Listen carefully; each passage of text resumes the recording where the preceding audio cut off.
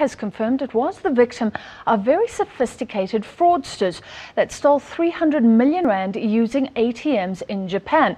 It's been reported in Japan that about 100 people fanned out across Tokyo, drawing from machines in thousands of transactions in a matter of just hours. Well, Standard Bank says the target of the fraud was the bank itself and that there are no financial losses for customers. The bank says it's taken swift action to contain the matter and the relevant authorities have been alerted. It says investigations are at a sensitive stage. Further information will be provided later. Well, the South African Banking Risk Information Centre, SABC, says the fraud was clearly well planned and executed. Let's get a brief view from SABC CEO Kalyani Pillay, who is on the line from Johannesburg. Good evening to you, Kalyani. I suppose we won't ever find out what really happened here. Do you think Standard Bank will be worried about possible copycats? You don't want to give fraudsters ideas.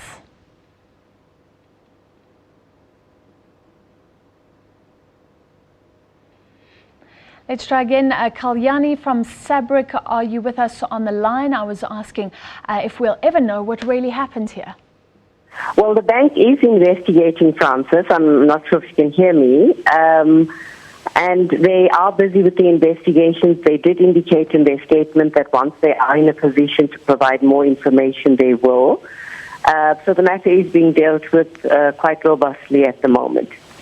Does this look like an inside job to you? I think SABC has said before that the safety is that you've got a card with a chip and a pin as well. It sounds like these people had those chips, maybe cloned cards or something, and they had the pins.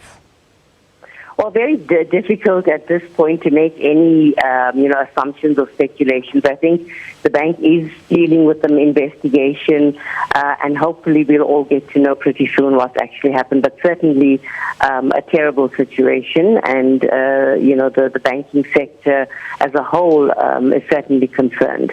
How terrible is it? Is this something new, or has this modus operandi been used before? I guess I'm trying to gauge how vulnerable the banks are in the wake of something like this.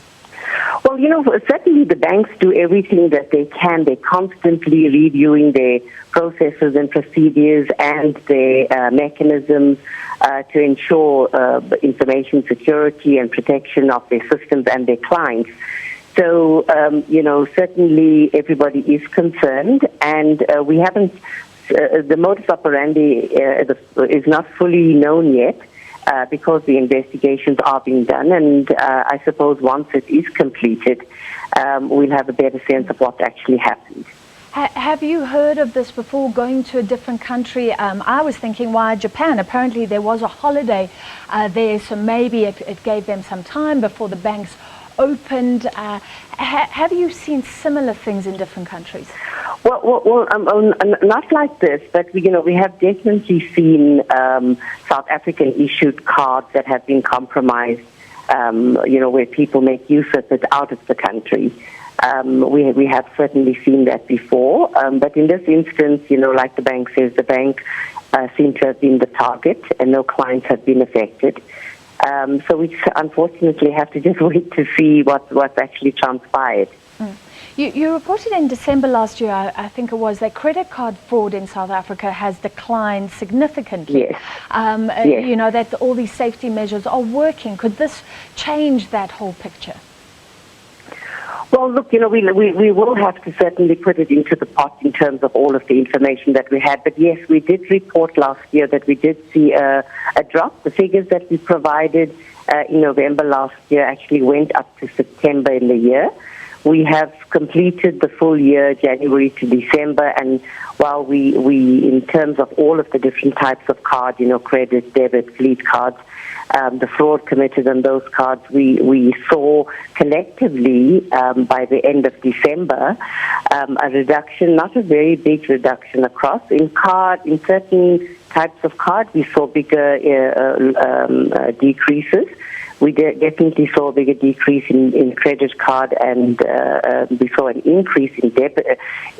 In debit card fraud, there was an increase, and in credit, there was a decrease. But collectively, overall, when we look at it, we have a 4% decrease across the card environment in terms of those frauds. Kalyani, we're losing your line just very quickly. Will this have any implications for customers? When you go overseas, should you tell your bank, do you think they'll be more likely to block your card if it's used in foreign countries, say? Well, bank clients do let their banks know when they travel overseas, because the banks monitor all the time and they will contact people. I'm sure you'd have had that experience, or people would have had that experience of having been called by call center staff to ask if the card is, are they overseas? Are they actually effecting the spending on the card? Because those are all the mechanisms that are in place to try and track and monitor. So it would be great if bank clients can actually notify their banks. But over and above that, I think the important thing is for bank clients to ensure that they are set up to receive the notifications of any payments being made on their card that's actually unauthorized. Because I think that gives them the early warning signal that something is happening that shouldn't be, and it gives them the ability to make contact very urgently with their bank to stop that card and to mitigate any further losses in that regard. All right, thank you very much. The CEO of SABC, Kalyani Pillay, on the line. Well, Standard Bank closing in the red today, and so did MTN. High-level talks to resolve the cell phone operator MTN's 60 billion rand fine in Nigeria have now been